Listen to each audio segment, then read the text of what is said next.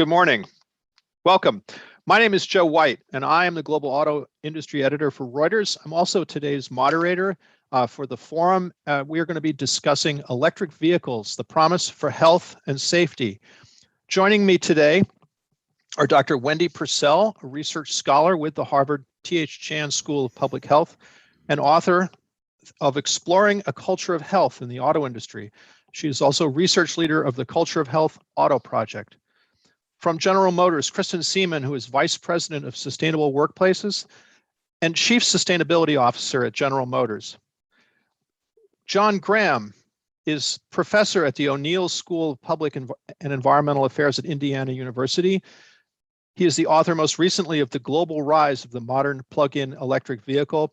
And I will add, as we'll discover, he has had an enormously influential role in shaping public policy as a public servant in the George W. Bush administration. Finally, John Bozella, who is president and CEO of the Alliance for Automotive Innovation. That's an organization whose members include motor vehicle manufacturers, automotive suppliers, and they advocate on behalf of the auto industry in the United States in Washington at the state level on all or wide range of public policy issues. This is a great panel to discuss this subject. We are streaming live on the platforms of Reuters and the forum at the Harvard T.H. Chan School of Public Health. Viewers can submit questions via email to the forum, that's one word, at hsph.harvard.edu. Again, that's the forum, one word, at hsph.harvard.edu. So as I said, we're talking about electric vehicles, the promise for health and equity, and even as an audience like ours might wonder, wait a minute, health and equity, how is that a way to talk about electric vehicles?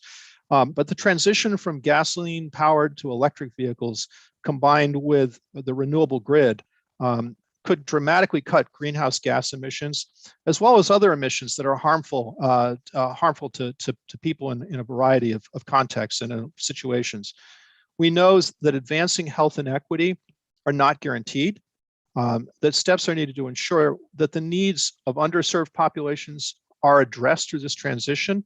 And as we'll discover, there's lots of questions too about workforce and how people go from past to future. President Biden has said that he hopes to make half of all new vehicles sold in the US electric by 2030. I'd underscore the word hopes, and we're going to talk a little bit about that today. It's not a guarantee by any stretch.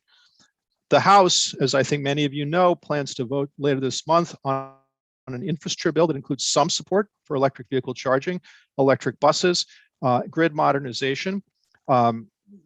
Also before Congress is a $3.5 trillion budget reconciliation package that could include bigger consumer incentives for EV adoption.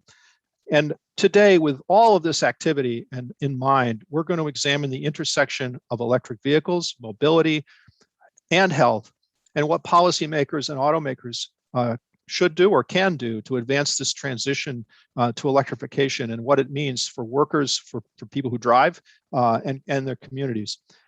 Before we begin, let's watch a clip of President Biden signing the executive order on zero-emission vehicles. And this clip is shown courtesy of Reuters.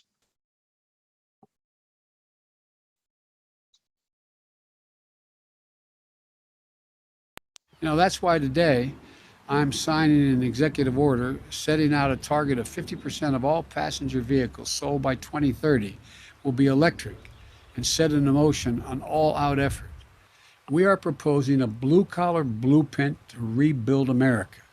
That's what it's going to be. And we need automakers and other companies to keep investing in America. We need them not to take the benefits of our public investments and expand electric vehicles and battery manufacturing production abroad. We need you to deepen your partnership with the UAW, continue to pay good wages, support local communities across the country. That's why I'm so proud the UAW is standing here today as well. It's why I'm proud that the three largest employers are sitting here and their sights are set, not only on electric vehicles, but on expansion, expanding union jobs, expanding the middle class. It matters. This is an executive order strengthening America's leadership in clean cars and trucks. And again, let me start off by thanking the CEOs as well as the UAW. But you all you electeds are the reason why it's happening. Thank you, thank you, thank you.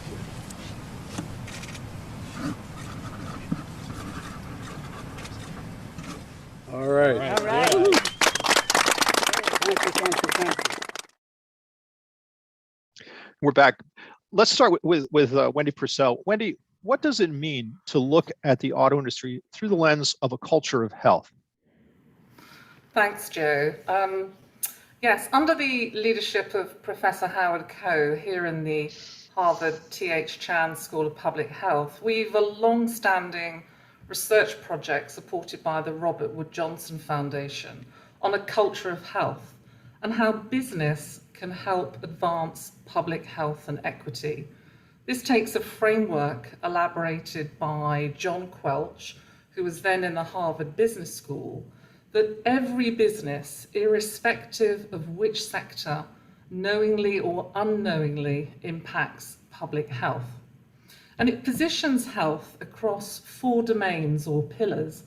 These are consumer health, namely the impact of a company's products or services on its users, employee health, and that of workers in a company's supply chain in terms of safety and well-being, community health, as in those who live and work around a company's plant or manufacturing sites, and where their products are used, serviced, or disposed of, and environmental health, the impact of a company's operations on the planetary systems upon which we all depend.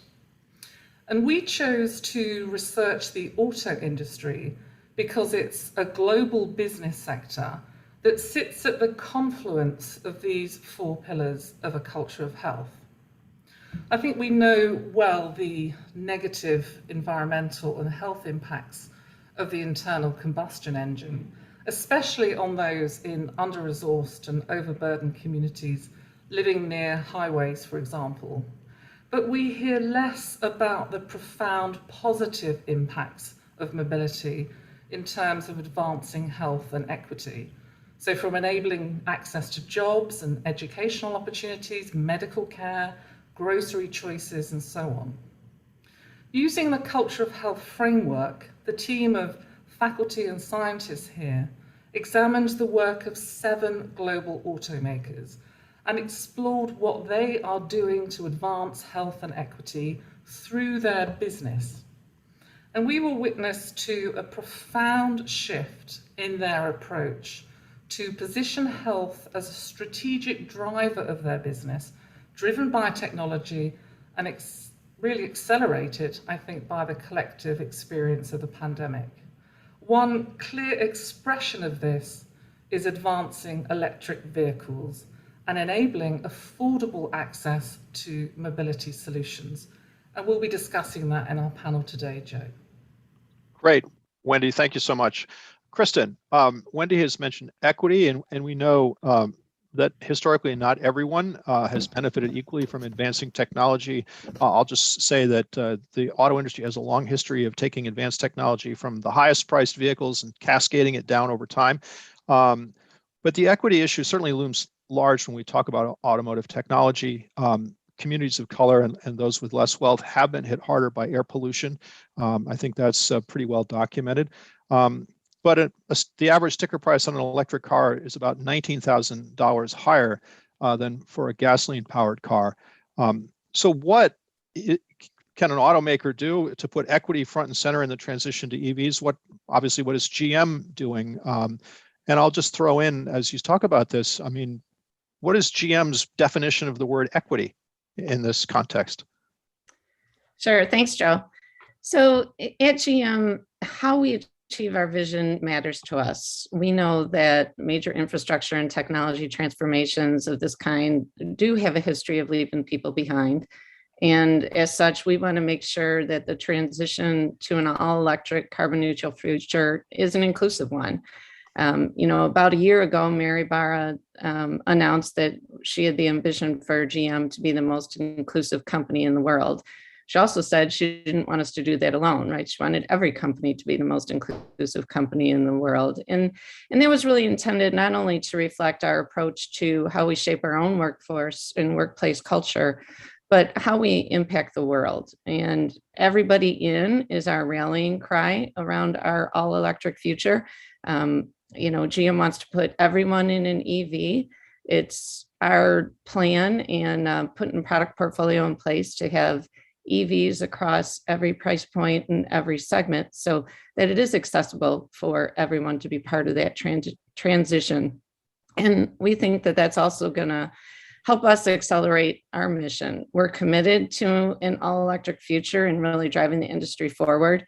Thanks to our Altium platform, we're able to reimagine the vehicles that we produce today as electric vehicles with equivalent power, excellent range, price points to cover every aspect of the product portfolio. And we really look forward to this all electric future in doing it with our employees, with our communities, the dealers, our supply chain. We know we can't do it alone. And that's why our rallying cry and our message and our brand around everybody in is really so important to us. It's all of us at GM, and it's the communities that we work in and all of our partners across the entire value chain. Great. Thank you. I'm going to pick up on the idea of that your idea that General Motors can't do this alone, and turn to John Graham, because certainly one theme I've heard throughout this discussion over the last number of years is the enormous importance of public policy to this technological transition. And there is a tension, at least I think there is, and you'll speak to it, between sort of a free market idea and sort of leaving the free market to work itself out, and the role of government regulation and incentives. And you've looked around the world. I think in your new book, you've looked around the world at what kinds of policies have proven effective. Could you talk about that? Look at sort of compare and contrast what you've seen, what works and what doesn't. Happy to do so, Joe. It's an exciting time in the auto industry, probably the biggest changes since the demise of the horse and buggy. The story begins in the state of California, where they suffered from the most polluted city in America, Los Angeles, and they wanted to clean it up. And they started in 1990 with regulations for electric vehicles, but it didn't work. The battery technology wasn't available until 2007. And that's when you have the transition of the lithium-ion battery from consumer electronics to the automotive sector. Now you look in California, they're passing 10% market share for electric vehicles. How are they doing that? They're doing that with purchase incentives for the consumers, charging stations throughout the coastal cities where the markets are developing. And you can't get on the carpool lanes on those highways in California unless you have an electric vehicle, or a carpool lane, excuse me. Then there is Norway across the ocean, now at 80% penetration of electric vehicles in new vehicle sales. They did it as a climate change measure because they have clean, renewable hydropower in their electricity sector. How did they get to 80% market share? They taxed gasoline-powered vehicles so heavily that a consumer saves $5,000 at purchase if they choose an electric vehicle. Then let's go to China, which is deeply invested in the future of the electric vehicle. Why did they do it? It was not for environmental reasons. They wanted to build a globally dominant auto industry and a supply chain to do it. And they didn't think they could compete with gasoline vehicles. So they're trying to work the entire global industry into electric vehicles where they can compete. They also import 80% of their oil, mostly from the Middle East. And even with their improved Navy, they can't defend the sea lanes from the Persian Gulf to the South China Sea. These are the reasons that China has shifted to electric vehicles. And what's the big selling point to get over 10% of Chinese to buy an electric vehicle? In the mega cities of China, you're not allowed to have a car in the inner city unless it is an electric vehicle or you win a 1 in a million lottery of getting a gasoline registration. So they're making big progress rapidly toward electric vehicles. Then you have Europe, which is basically was uninterested in electric vehicles until 2015, when they discovered that Volkswagen was cheating on its emission controls. This created a big black eye for Germany and for diesel engine technology, and the industry and government in Europe rapidly shifted toward electric vehicles. And in the last 5 years, they have surpassed both California and China in penetration of electric vehicles, now almost at 15% through regulations and very generous purchase incentives over $10,000 per vehicle. Finally, I want to add Japan, which you might think of as the big mover in electric vehicles, but they're not. They're primarily interested in hybrid electric vehicles that don't require the plug-in capability. Think Toyota Prius. 35% of all new cars sold in Japan are hybrid electric vehicles. Less than 1% are battery electric vehicles or plug-in electric vehicles. They have their own reasons for this. They're still heavily dependent on fossil fuels for their electricity. So plugging into the grid is not a clean way to do electric vehicles. So you have different things happening in different parts of the world. It's not a free market out there. The governments are heavily involved. And frankly, a lot of consumers aren't very interested in this unless they have strong incentives to purchase and use an electric vehicle. Thank you. Thank you, John. And that's a great setup to come to John Bozzella, because given what we have learned, what you have learned, watching other countries, what are you hoping, or what do you think that U.S. policymakers should do to support the transition to electric vehicles, but to do it in a way that advances equity, but also retains a strong auto industry, which has been, and I think continues to be, a real engine of prosperity and for just a great swath of the country? Yeah, no question about it, Joe. I think these are really fundamentally important questions. And I want to thank Harvard and the T.H. Chan School of Public Health for having this conversation. It is critically important, but it's also so timely, as you said earlier, Joe. Right today as we speak, the House of Representatives is debating policy provisions to address some of the very questions that you're raising, and some of the points that Wendy and Kristen and John mentioned. And so, but let me step back to where Wendy started, because I think it's really important to recognize the enormous public health benefits of personal mobility. They are there. The opportunity to move to employment, the opportunity to access critical services like healthcare, we see it in the data. And we also recognize that we need to continue to address vehicle emissions. We've seen massive improvements in tailpipe emissions reductions. We've seen important steps made to improve fuel economy and reduce greenhouse gas emissions. And of course, fundamentally, a great public health success story, the increase of safety in personal vehicles today. Obviously, we're focused here on the shift to electric vehicles, which I think all of us believe, and you can see this in industry leadership as well as policy leadership, how important the shift to EVs is to advancements in public health. So in other words, retaining the benefits of personal mobility while reducing greenhouse gas emissions. And frankly, to John Graham's point, improving our international competitiveness. There are the important trends that help support this, whether it's increasing levels of automation, changing consumption habits, more access and less ownership. And so there are a number of trends that sort of roll into this. But let's focus on the EV shift. This requires nothing short of a fundamental transformation in the automotive industrial base. We have to move everything, the supply chain, the critical minerals, and the manufacturing process from the building of internal combustion engines to the building of EVs. That requires enormous change, which we'll talk a little bit more about, I'm sure, as the conversation goes. But it also requires, as John Graham said, a fundamental transformation in the market itself. Less than 3% of new vehicle sales across the United States are electric vehicles today. And so if we're going to respond to the challenge of reaching levels of 40 to 50% of new vehicle sales as electric by the end of the decade, we do need really transformational change. What you're seeing first and foremost, as Kristen pointed out, is industry leadership. $330 billion will be spent across the automotive industry by 2025, just in the shift to EVs alone.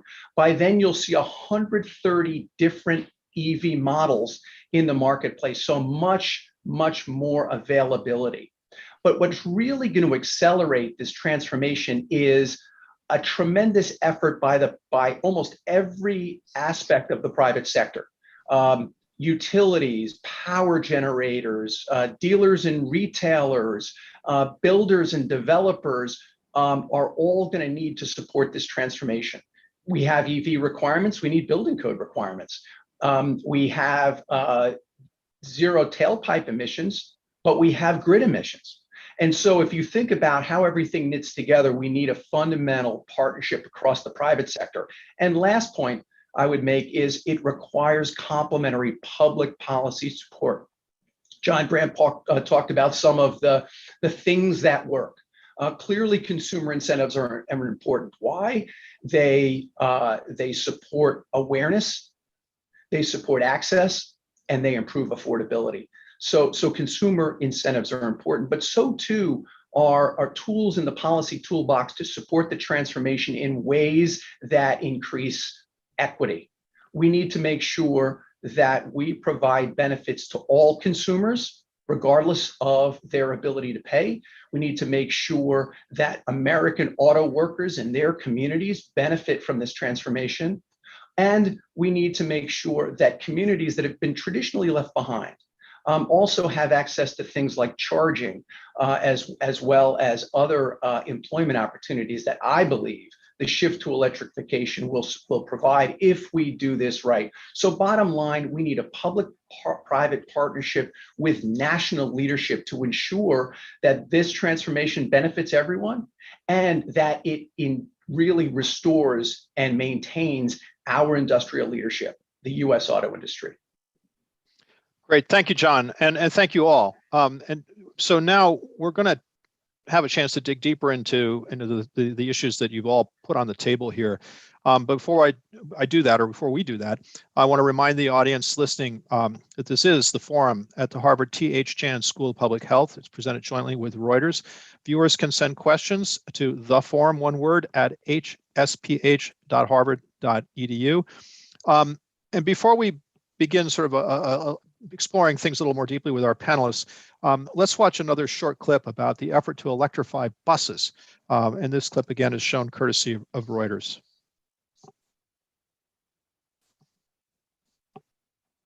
This is a generational investment to modernize our infrastructure, creating millions of good-paying jobs.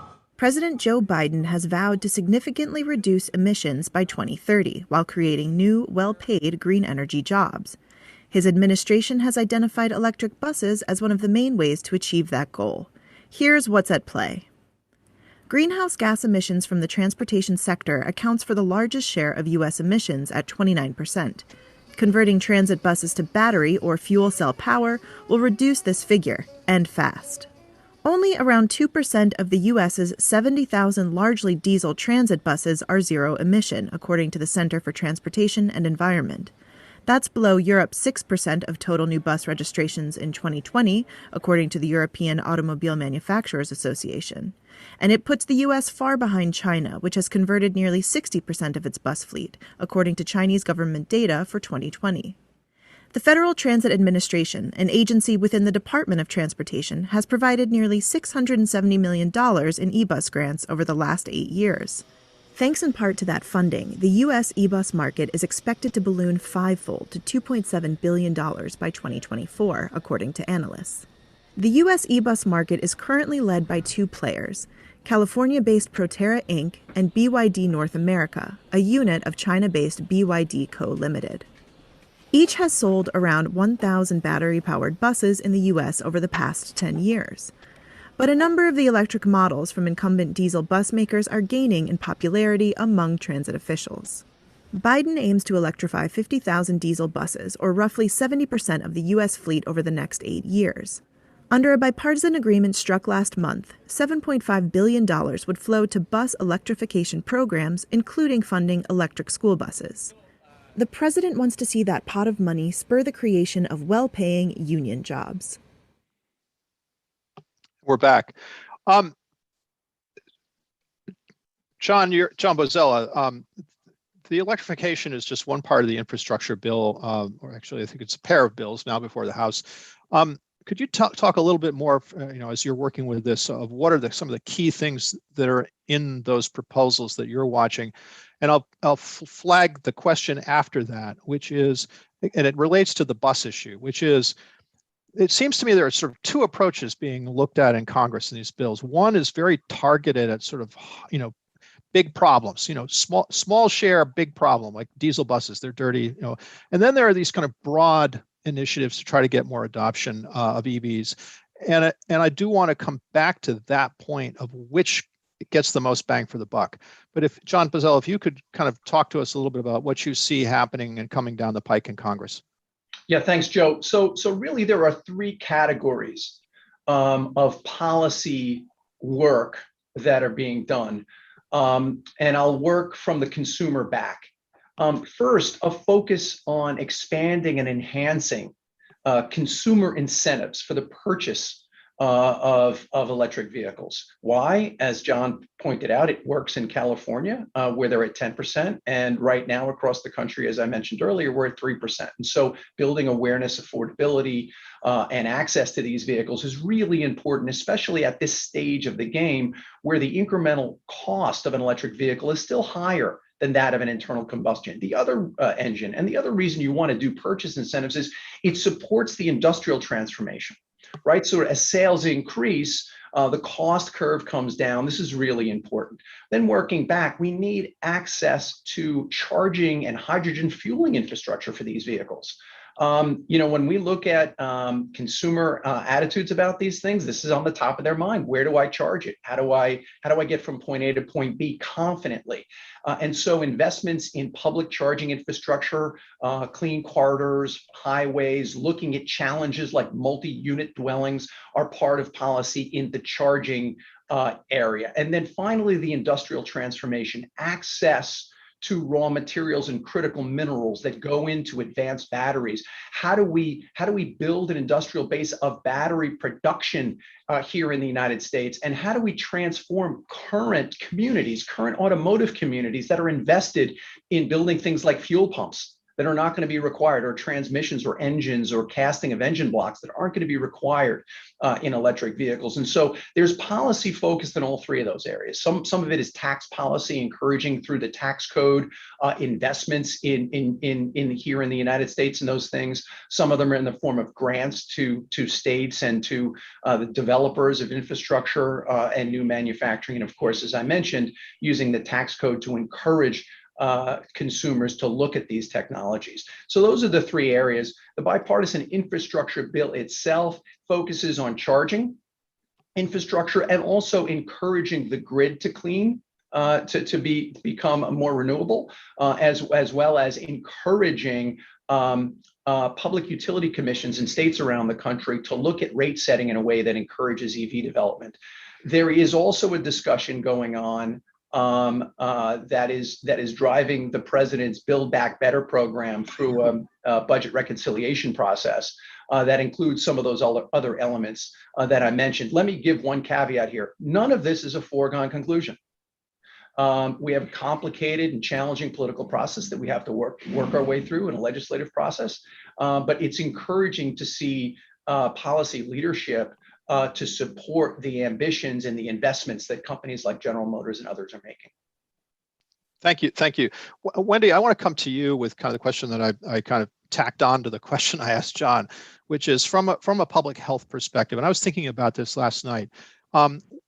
Which is the better thing to do first? Is it go after a situation like the Port of Los Angeles, where I believe there's been a number of studies that have shown that the people who live within proximity to that corridor are suffering from respiratory illness at a greater rate? It's been linked to the diesel emissions from the trucks that go back and forth. And there's lots of efforts being underway to try to fix that. Does it make sense to really attack serious, kind of acute problems in specific places like that? Or, as John outlined, the infrastructure bills, kind of a broader sort of, let's throw seed money at a lot of things. So speak to that if you could. And John Graham, I want you to speak to that too, if we can fit it in. Yeah, I mean, I think the Secretary of Transportation, Pete Buttigieg, was really clear when he said that the status quo is not working for many Americans. Given that transport represents the largest source of carbon pollution in the US, around 30% of greenhouse gas emissions and other pollutants, 2/3 of that is down to the use of of personal vehicles.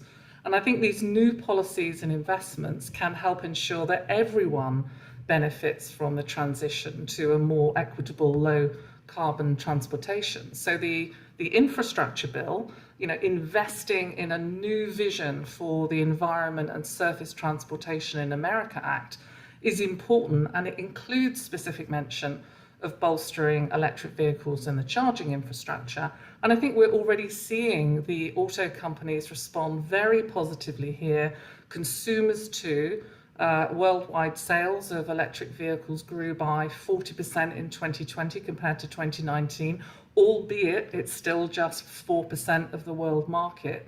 And so adding this health and equity lens to what we're doing in making these investments under the infrastructure bill and then enacting that through the reconciliation bill will really help. So my response to you, which one? It's both and.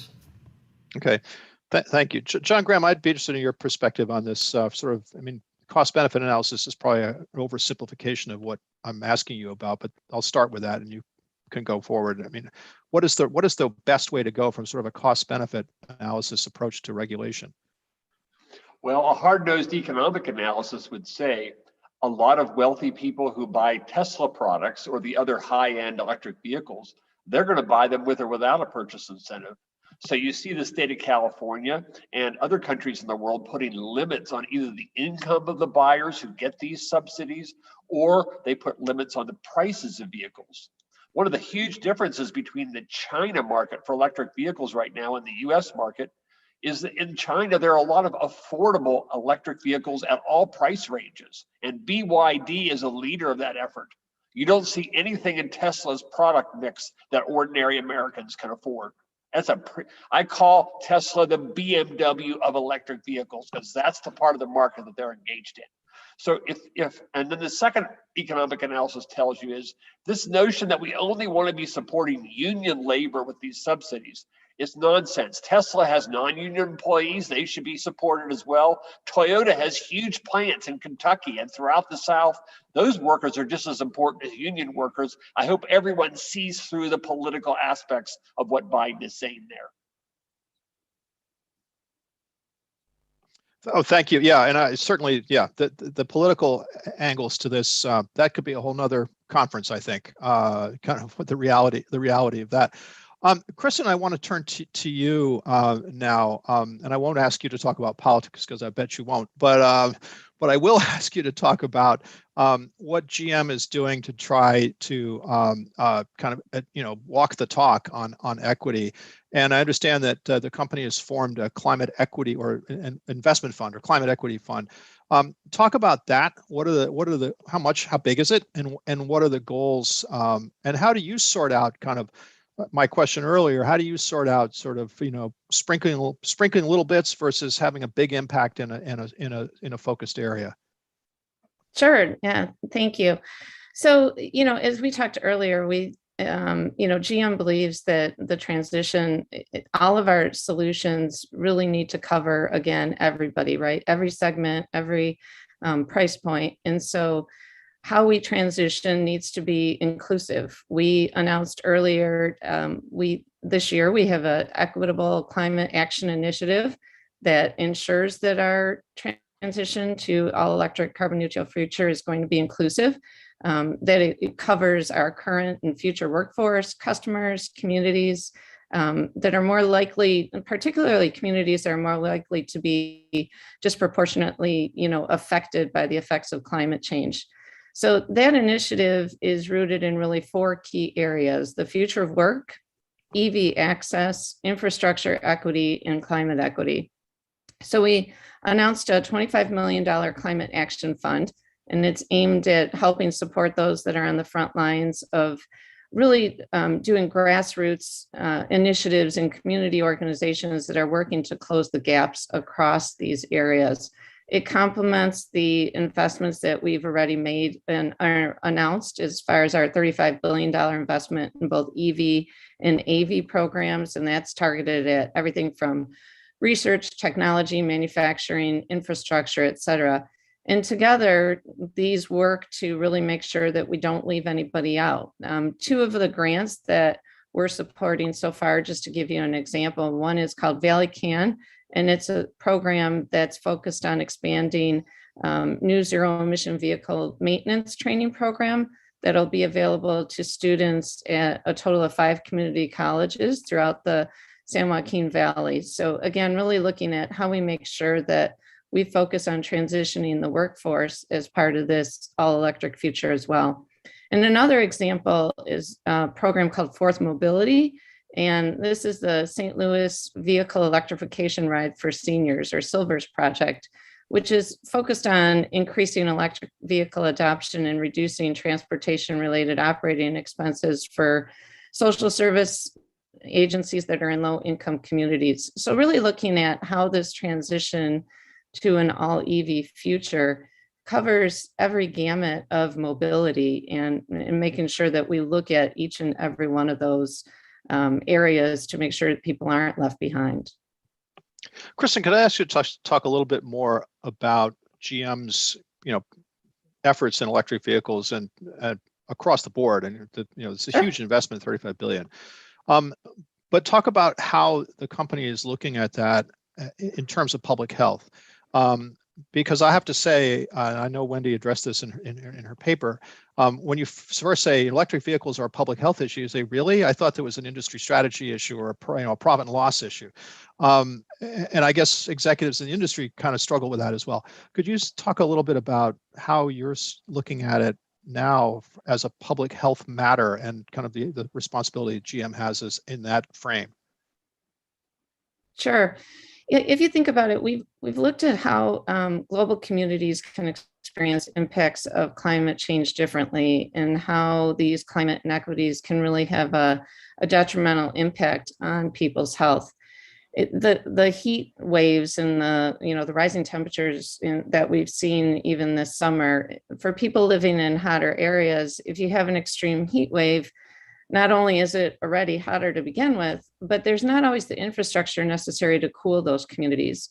It's more likely that some of these communities may have inadequate access to air conditioning or even green spaces in majorly urban areas. So there's not access to public parks or other outlets for people to address the heat issue. We sometimes refer to those as heat islands, right? Where the urban areas experience higher temperatures than other areas because of all the concrete building, the rolled heavy environments that really trap and re-emit the sun's heat, unlike more rural or grassy areas that that they don't have access to.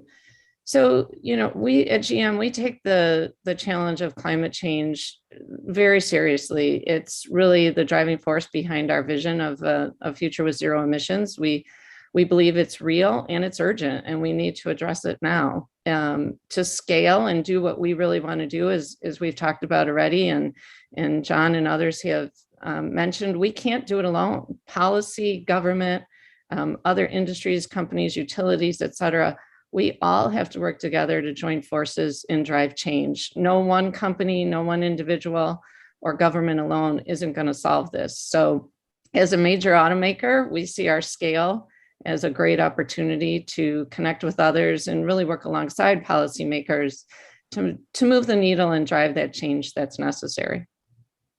When you say, and just quickly, and then I want to come to John Graham on a point, but when you say that General Motors can't do it alone, is that basically because the task is so gigantic that even as large as General Motors is in every way,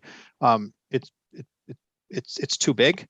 Or is it because you'd be kind of pushing against a bunch of rocks that won't move unless somebody else helps? I'm not quite sure which it is there. I'd like to have you address that. Sure. I mean, if you think about it, what's needed for an all EV future, right? We need charging stations. We need that infrastructure to exist. We need utilities to provide green energy.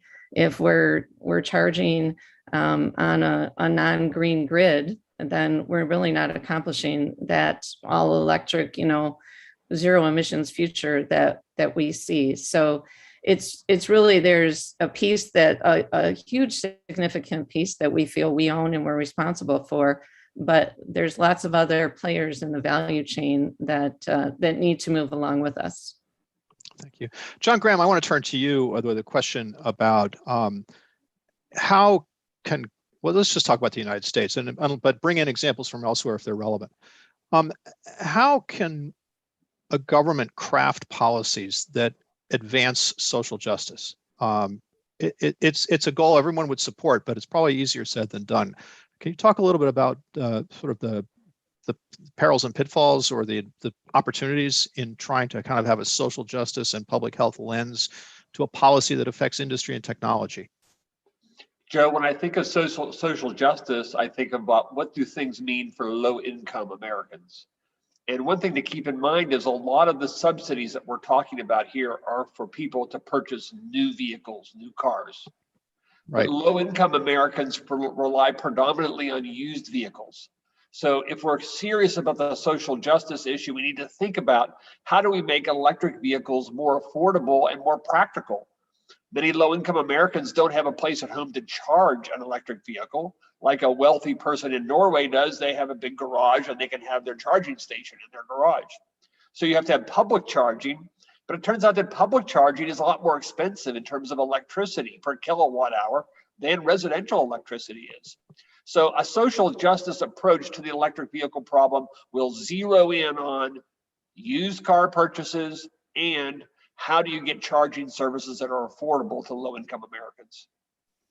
John Bozzella, could I ask you to kind of weigh in on that? Agree? Are there other points you'd add to that?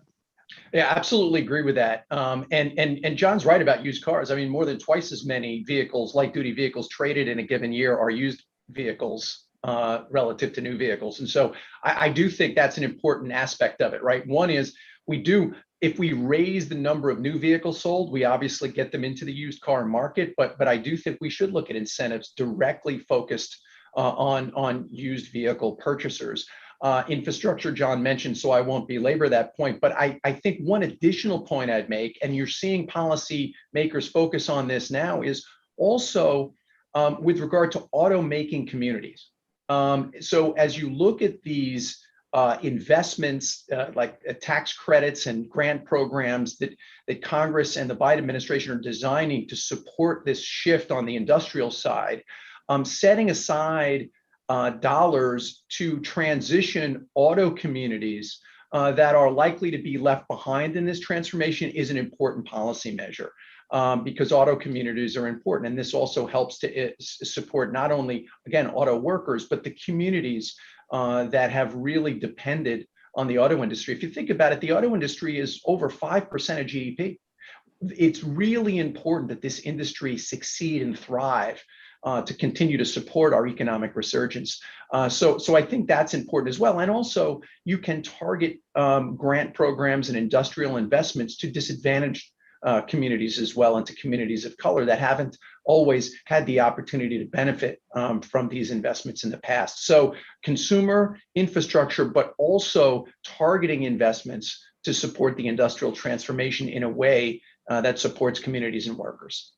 Wendy, do you want to weigh in on that? Please do, and then we're going to move to the grid. I'll just warn everyone, and then go ahead, please. Yeah, I really wanted to comment on the social determinants of health. You know, when we talk about these issues, we're talking about the conditions in the environment, you know, where we're born or live, learn, work, worship, and where we age, and all the ways in which those activities affect our health and functioning and our quality of life. And so I think what we're doing here is positioning mobility and transport as a key social determinant of health, and one that's been overlooked in many ways. And I think when we look at these environmental benefits of electric vehicles, vehicle electrification, especially in the urban areas, is an opportunity to achieve really large public health benefits in the US and drive this just transition to the new economy. And I think critically, we must ensure, as you're saying here, that the same communities are not left behind again in this transition, rather that those who currently experience these health disbenefits of our energy and mobility policies must benefit from these significant public investments in infrastructure. So I think that's why we're positioning this health and equity as a way of guiding our public policy agenda here. Thank you. So look, I want to quickly ask a couple of questions about the problem of the grid, and then we're going to go and try to grab some questions from our viewers, which are coming in. John Graham, can I ask you to talk about this? I mean, this is the problem that everybody's talked about forever, which is if you plug a battery electric vehicle into a coal-fired power plant, you haven't gained a whole lot, or maybe you have. And I know there's lots of work being done on this. I mean, Argonne National Labs is doing work on this, among many others. But speak to that. I mean, and to what extent is this a concern that the policymakers need to keep in focus? Basically, not transferring a public health problem from this source to that source in the economy. Yes, Joe, it's a great question. And the good news is there is a gradual decarbonization of the electricity grid happening worldwide. And as a result, it's about 90% of the world right now where people are living. They have clean enough electricity that a shift to electric vehicles would be a net environmental gain from a pollution point of view. But there are other environmental aspects of the transition that are also important. The disposal and reuse of batteries and the components, and a lot more work is needed to be done on that. The electrical grid itself, one of the key practical questions is, when people come home after a day of work, are they going to plug in their vehicle immediately, or will they wait until 9 or 10 o'clock before they go to bed? Just that simple difference of when they choose to plug in has big implications for how much electricity we need and how the grid will be operated optimally. No, that's right. I mean, and there's a lot of behavior modification in all of this, right? Which again could be a whole nother forum. John Bozzella, but let me ask you about that from your perspective, the auto industry. Scorekeeping is important here, right? I mean, if the auto industry gets all the black marks because the grid is dirty, I'm assuming you'd think that's a problem. Are you concerned about that, or you feel like the policy is going to scorekeep the right way and result in a net positive for everybody's health and well-being? Yeah, that's why public policy is so critically important, is to make sure that we're taking a more holistic and systemic approach to carbon reduction and to the shift to electric vehicles. I want to come back to a couple of points very quickly that John Graham made. One with regard to when you charge your car and how that could impact the affordability of EVs, for example, as well as the impact on the grid.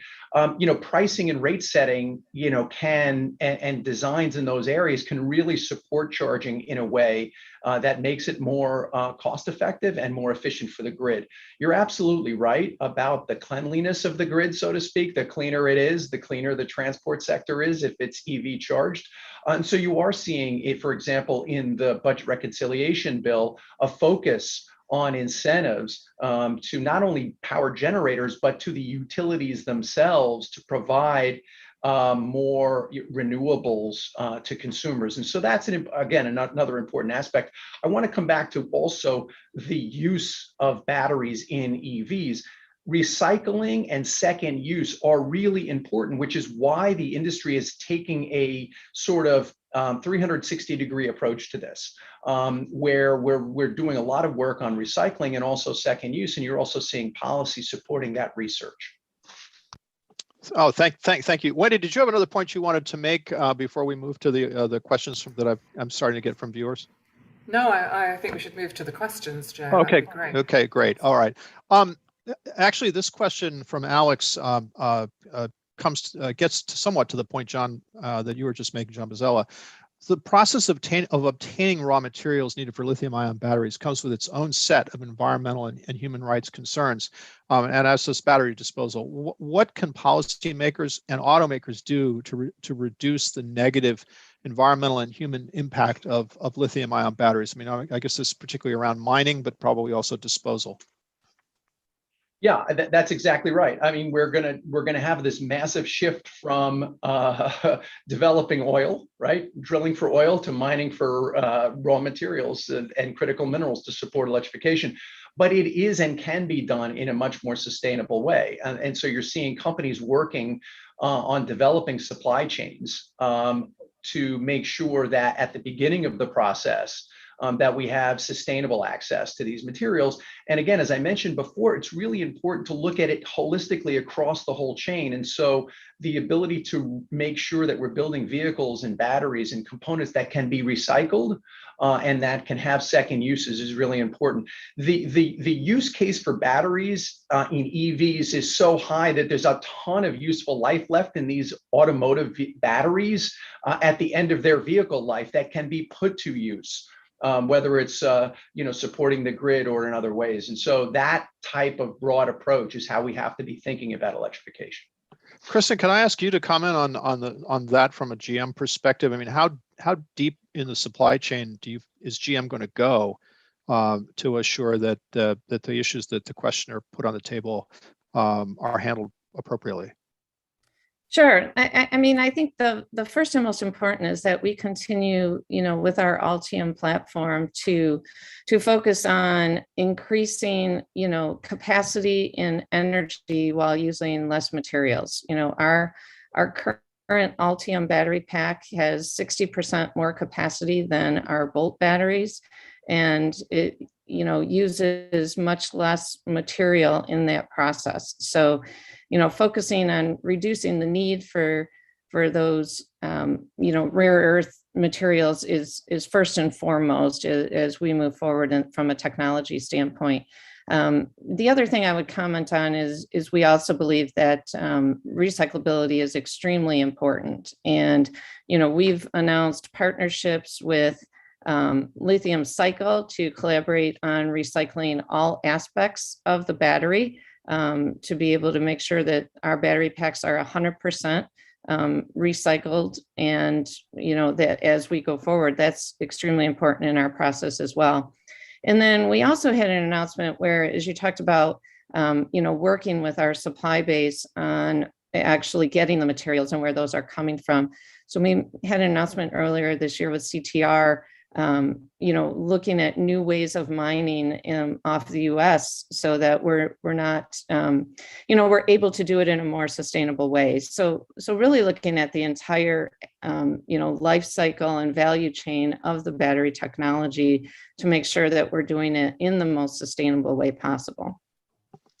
Thank you. I've got another question for this one from Penelope. This is about gas stations, and John Graham, I'm going to ask you to speak to this, and hopefully you can bring in a little of what you've learned from looking at other countries on this. So, in a future in which traditional gas stations are mostly obsolete or could be obsolete, what will happen to these unused gas stations? Are they potentially environmental hazards in their own right? What do you see? What do you see happening in that regard as we go from liquid fuels to recharging from the grid?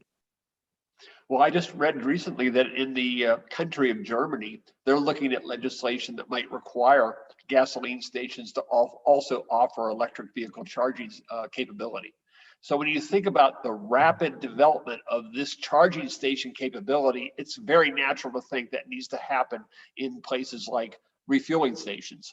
Another thing to keep in mind is it's going to take longer to recharge an electric car than it is to refuel your own car.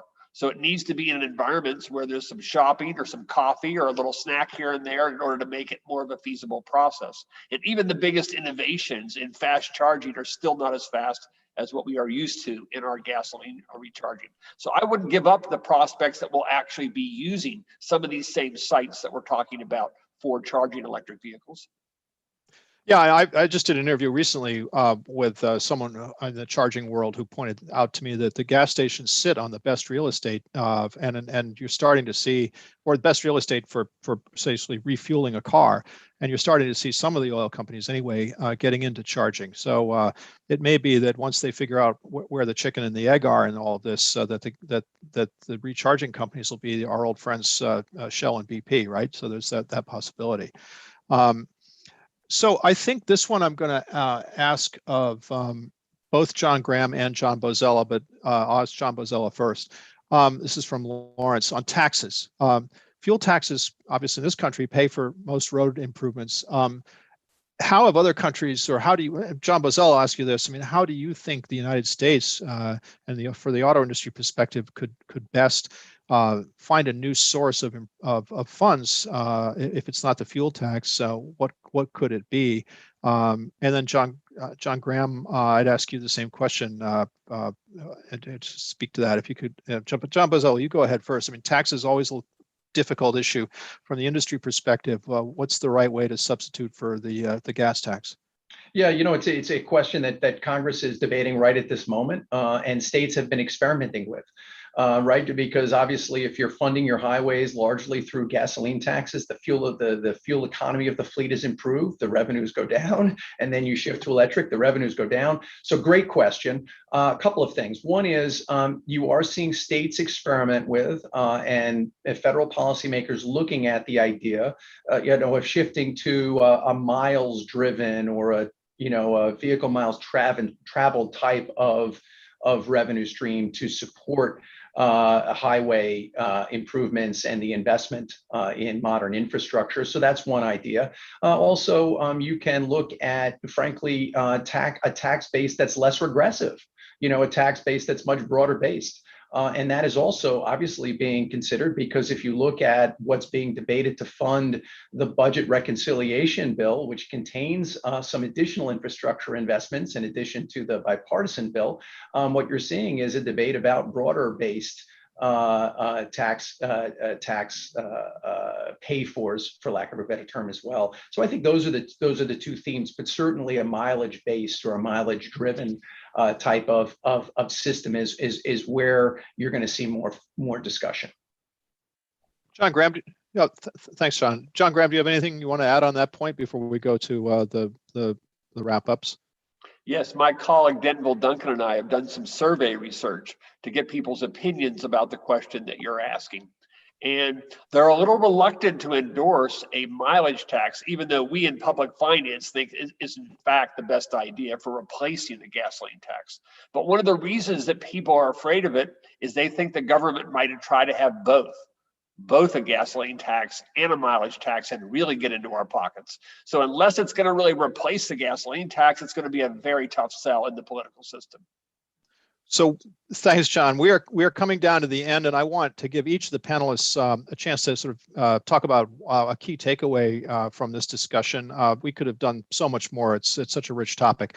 John Bozell, I'm going to start with you. Sort of what's your takeaway? What you want to leave our viewers with?